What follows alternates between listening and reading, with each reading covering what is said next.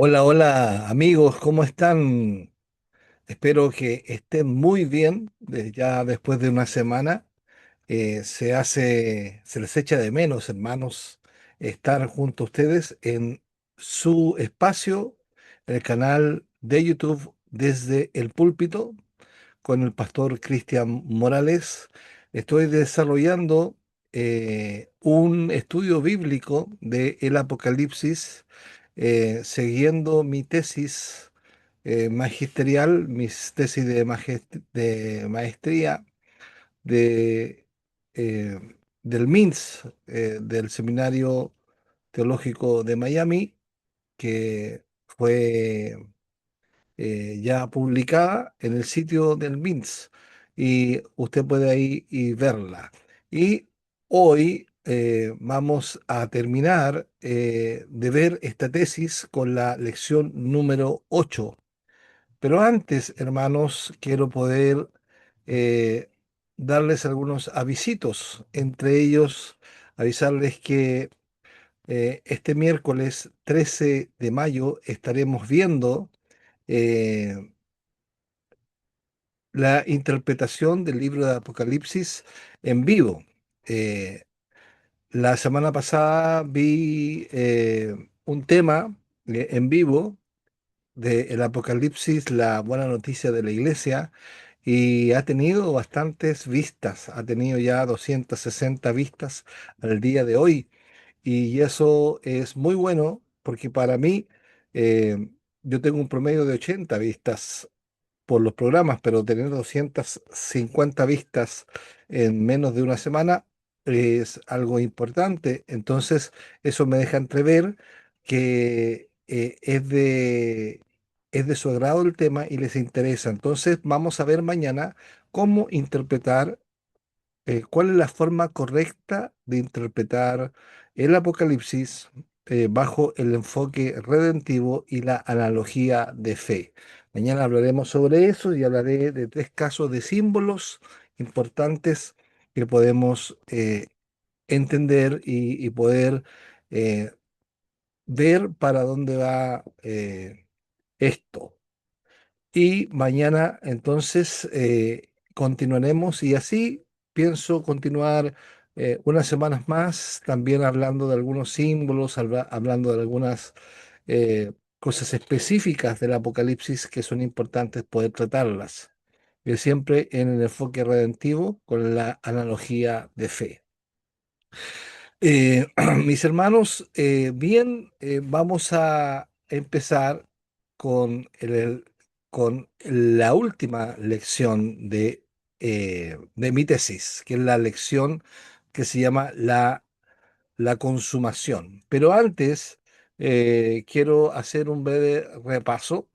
La lección uno, que se llama La esperanza, que aborda Apocalipsis capítulo uno, nos muestra a Jesucristo que se presenta, que Juan nos muestra a Jesucristo presentándose a la iglesia perseguida del primer siglo, revelando su carácter eterno y soberano como el alfa y la omega y el poseedor de las llaves de la muerte. Él es la única esperanza que sostiene, preserva y consuela a su pueblo en medio de las tribulaciones. La lección 2, que se trata de la evaluación, que va del Apocalipsis capítulo 2 y 3, encontramos ahí que Cristo, el Señor Jesús, realiza un diagnóstico espiritual a las siete iglesias del Asia Menor. Estas siete iglesias fueron geográficas, fueron siete iglesias que ya estaban en su apogeo. Aquí hay que señalar que si hubiésemos, que, que si pensáramos en que en la tesis de que habla de que fue escrito eh, eh, temprano el Apocalipsis, antes del año 70, el 68, no habrían existido estas iglesias. Entonces yo me voy por la tardía. el escrito tardío que fue aproximadamente año 89 al 91. Esos años se escribió y esos años calza perfecto con estas iglesias. Las siete iglesias las cuales representan simbólicamente a la iglesia universal de todas las épocas. A través de un patrón literario fijo, el Señor evalúa, el Señor corrige y consuela a sus congregaciones, exhortándolas a arrepentirse. Y esto es importante, ya que el arrepentimiento es el don del Espíritu Santo que nos mantiene en línea con el Señor y nos mantiene también en el primer amor y perseverando hasta poder heredar las promesas del reino. La lección 3 vimos la adoración que envuelve los capítulos 4 y 5 del Apocalipsis.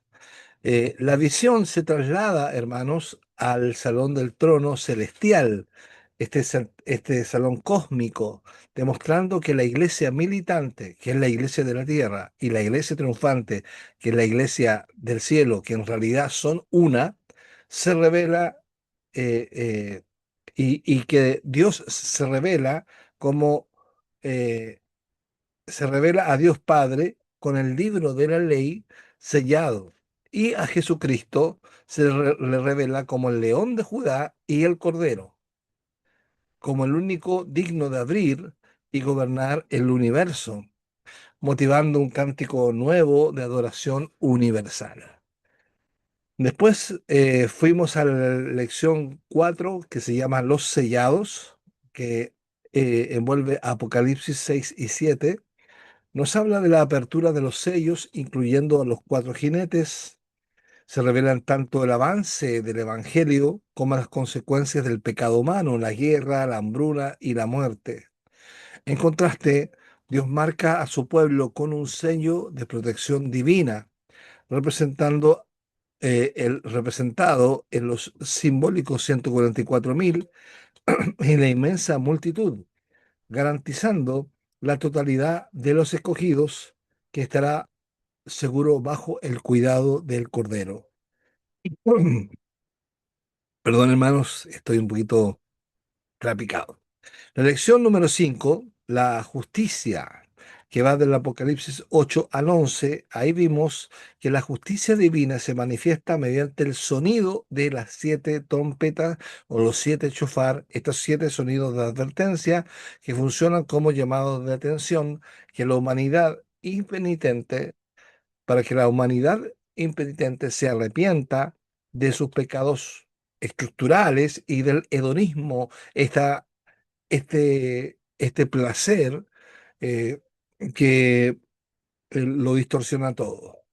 En este periodo, la iglesia, simbolizada por los dos testigos, y eso es interesante, el símbolo de los dos testigos, cumple fielmente a su labor de predicar y testificar el Evangelio a lo largo de toda la historia. La lección 6, que fue la victoria, que vimos ahí en el Apocalipsis 12 al 14, que describimos la gran historia de redención como un conflicto cósmico, la guerra de simientes. Allí el gran dragón escarlata, que es Satanás, y la mujer, que es la iglesia. El dragón, al saberse un enemigo derrotado y expulsado del cielo, persigue a los creyentes utilizando el poder político, la bestia del mar, simbolizado la bestia del mar, y el poder religioso, simbolizado la bestia de la tierra. A pesar de la hostilidad, la victoria final está asegurada para el Cordero y sus fieles seguidores. Y la semana pasada vimos la lección 7, el juicio, que es Apocalipsis 15 al 19. Ahí vimos la sentencia ya consumada a través de las siete copas de la ira, que a diferencia de las trompetas ya no buscan el arrepentimiento, sino que representan la plenitud del castigo definitivo. Esto incluye, hermanos, la caída de Babilonia la Grande, el símbolo de los sistemas mundanos y económicos apóstatas. La historia culmina majestuosamente con el regreso de Cristo como el Rey y el juez justo. O sea, en el capítulo 19 comienza el regreso de Cristo que estamos anhelamos. Eh, es importante decir que del capítulo 1 al capítulo 18 eh, se está cumpliendo y ya ha habido cumplimiento de esta profecía. Y sin embargo, desde el capítulo 19 hasta el 22 estamos a la espera.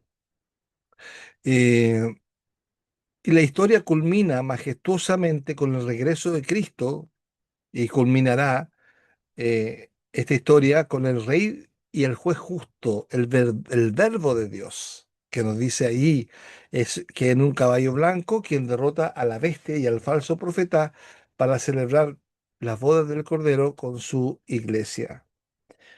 Gloria al Señor. Bien, hermanos, eh, entonces vamos a ir a nuestra presentación del día de hoy para que veamos juntos esta lección número 8, la consumación,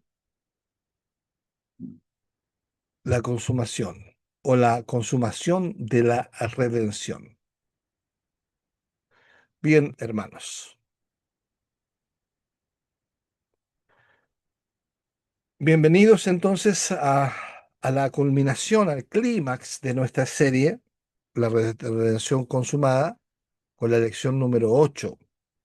A lo largo de 7 lecciones hemos navegado por los juicios, las advertencias y la guerra espiritual, pero hoy entramos a la octava parada, la octava estación, la meta final, donde la narrativa bíblica alcanza su cenit. Aquí es importante, mis hermanos, que sepamos que el imperativo es imperativo que comprendamos que el Apocalipsis no es un enigma futurista aterrador. Entonces, lo primero que tenemos que ver es que el Apocalipsis no es un mito. No es un mito, no es un enigma futurista aterrador o un rompecabezas catastrófico enfocado en la destrucción, sino, hermanos, es una revelación definitiva de la victoria judicial y soberana de Jesucristo. Y aquí nos habla del paradigma restaurado, la revelación definitiva de la victoria judicial y soberana de Jesucristo. Es el cierre que otorga sentido trascendental a la historia humana. No por casualidad es el último libro de la revelación, el libro bíblico. El Apocalipsis no es el fin del mundo, hermanos, sino que es el teleíos, es el cumplimiento, es la perfección del propósito eterno de Dios. Entonces, esto es interesante, mis hermanos, que podamos eh, tenerlo muy claro. Eh, el Apocalipsis es el cierre del canon bíblico, no es un simple apéndice, sino es el fundamento que otorga sentido trascendental a la historia de la humanidad, revelando que el plan de Dios iniciado en el Edén haya su resolución perfecta en el trono del Cordero. Y aquí, hermanos, tenemos esta gráfica que nos muestra la historia redentiva. Y la historia redentiva que comenzó en el Génesis, capítulo 1, capítulo 2, y termina en el Apocalipsis. 66 libros en total. La consumación no es una aniquilación del mundo material, hermanos, sino su florecimiento. Lo que se perdió en el primer huerto se recuperó y se magnificó en el trono de Jesucristo. Bajo la metodología que hemos hecho este curso, entendemos la consumación no como un cese de la existencia, sino como un cumplimiento, una perfección del propósito eterno. Siguiendo el hilo histórico redentivo, la consumación se sostiene en dos pilares fundamentales. Y estos pilares, uno es el juicio final, la crisis, y el otro es el kainos, la nueva creación. La crisis es la manifestación de la absoluta justicia de Dios. Es el momento donde Cristo ejerce su oficio legal definitivo, separando lo santo de lo profano y reivindicando su soberanía sobre la rebelión humana. El Kainos, en cambio, la nueva creación, no se trata de aniquilación de la materia, sino de, sino de una renovación gloriosa de los cielos y la tierra, hermanos. Es la restauración del propósito del Génesis. No desecha la creación, sino que la glorifica, eliminando la maldición del pecado. Y aquí también encontramos la comunión eterna. Y aquí nos habla del cumplimiento del pacto. Dios mismo estará con ellos como su Dios. Y nos dice Apocalipsis 21:3. Quisiera ahí que leyéramos el libro de Apocalipsis 21:3.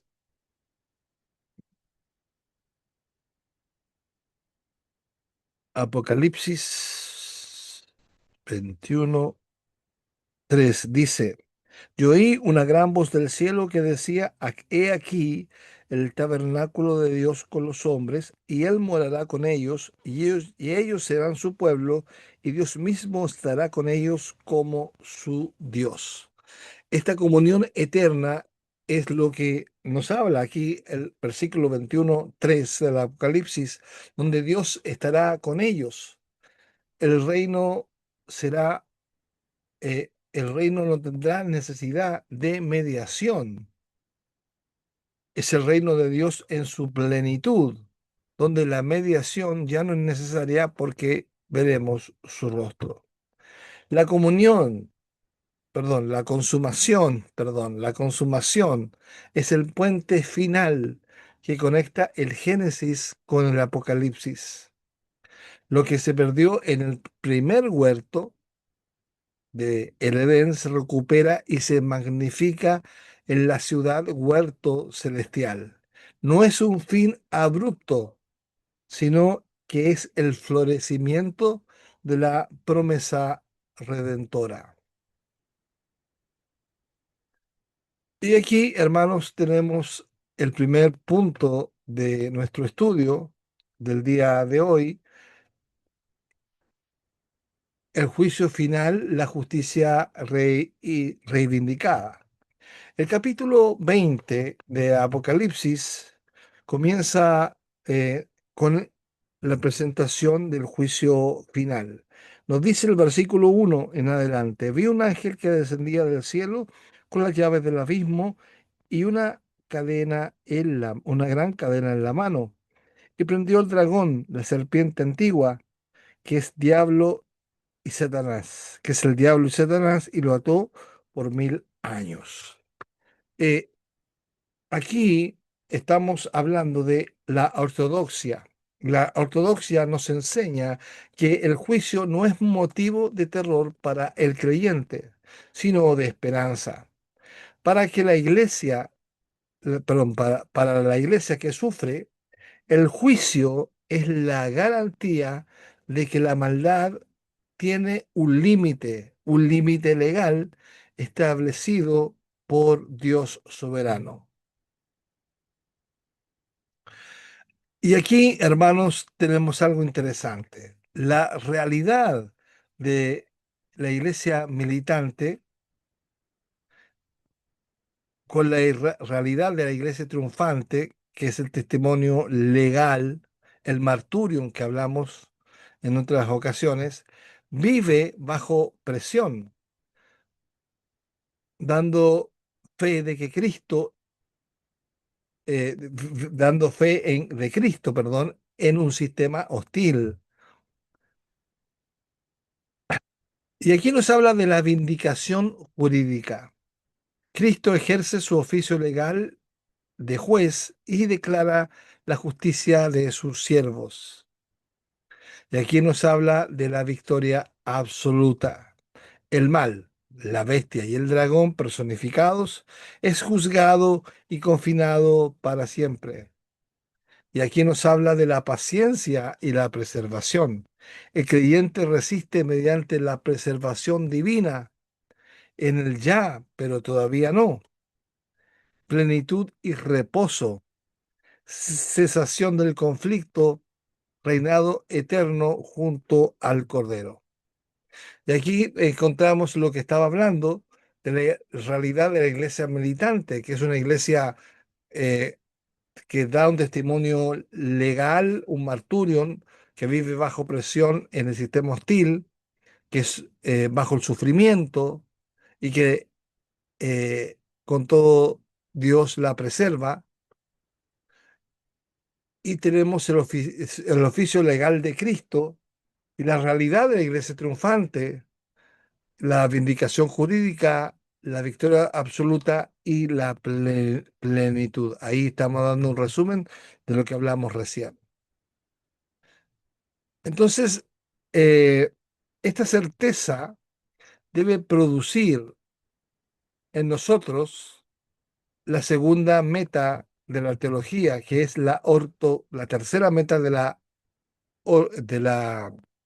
teología, que es la ortopatía, que son los afectos correctos.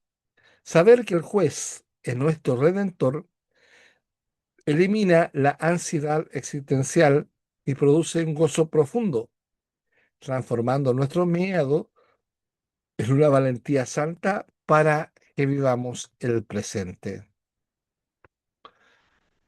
Entonces, aquí encontramos la arquitectura de la victoria, la Nueva Jerusalén, que desciende desde el cielo con el trono del Cordero. La Nueva Jerusalén, según el capítulo 21 y 22, es el símbolo supremo de la victoria legal de Dios sobre el sistema del mundo, sobre el sistema de la bestia. Según la exégesis eh, que hemos hecho aquí, los detalles de la ciudad no son solo estéticos, sino estratégicos y teológicos. Y aquí nos llama la atención que dice que hay una desaparición del mar. Es el símbolo bíblico, el mar, que representa el caos y la separación de las naciones. Que el mar ya no exista más significa que la inestabilidad y el desorden moral ya no existirán más. También nos habla aquí del contrapunto a ideologías humanistas. Mientras las utopías humanistas buscan salvar al hombre mediante el esfuerzo político o tecnológico, la tiranía de la autonomía, la nueva Jerusalén, hermanos, desciende del cielo, recordándonos que la redención es un acto soberano de la gracia de Dios y no un logro humano. ¿Cuáles son los efectos, hermanos, de la nueva creación en el creyente? El primer efecto es la consolación definitiva. Dios enjugará toda lágrima. El dolor actual es válido y luego es sanado. La identidad eterna. Nosotros recibiremos un nombre en las frentes, sellando nuestra pertenencia perpetua. Tercero, la seguridad cósmica. La luz de Dios reemplaza al sol.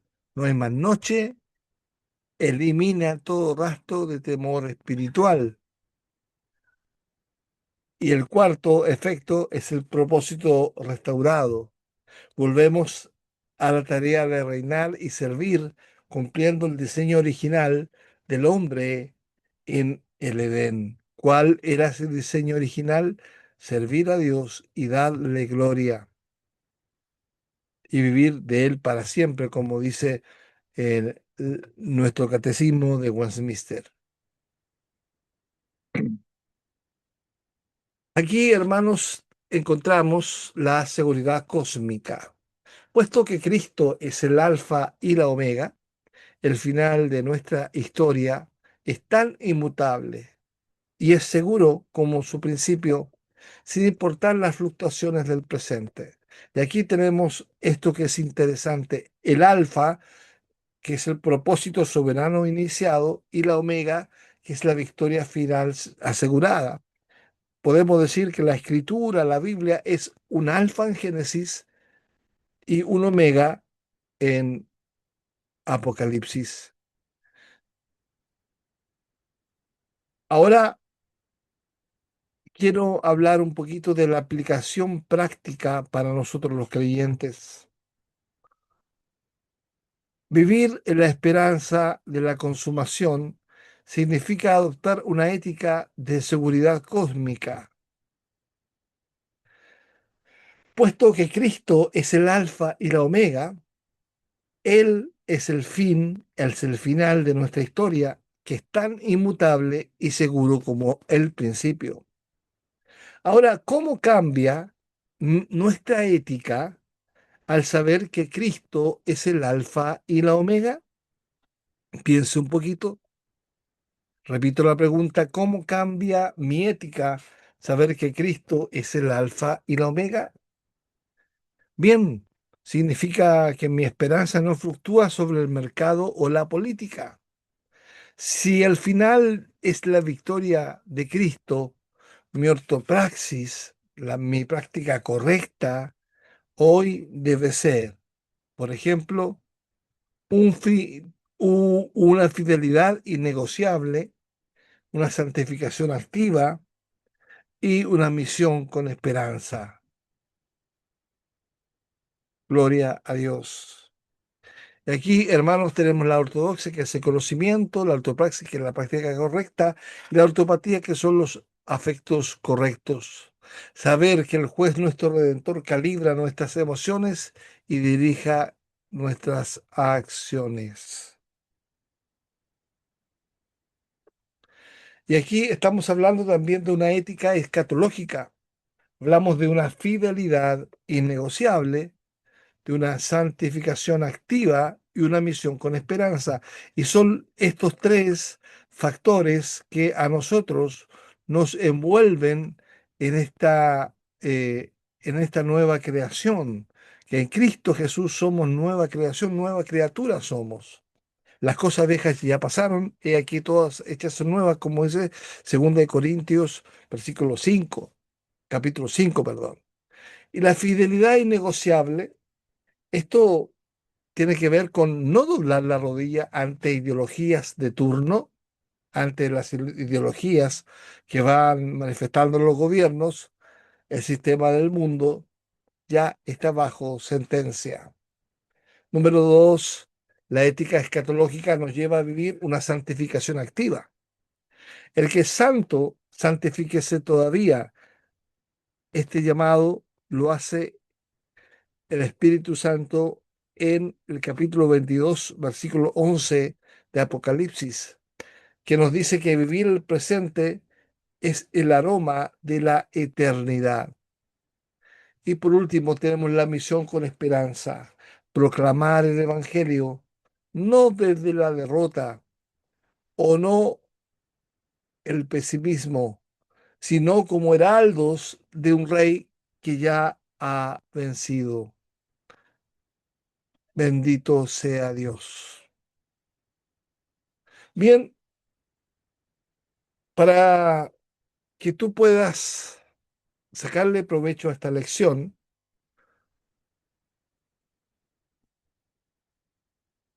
puedes responder estas preguntas aquí en los comentarios. Uno, ¿qué área de caos en tu vida o sociedad anhelas ver restaurada por Cristo? ¿El fin del mar? ¿Cómo cambia la perspectiva de tus pruebas saber que Cristo ejerce su oficio legal a tu favor? Tercero, frente a la presión humanista, ¿de qué verdad la nueva Jerusalén te da más valor hoy? Sabiendo que Cristo es el alfa y omega, ¿cómo descansa tu ansiedad en el futuro? Y quinto, de todas las promesas finales, ¿cuál consuela más tu corazón en esta etapa?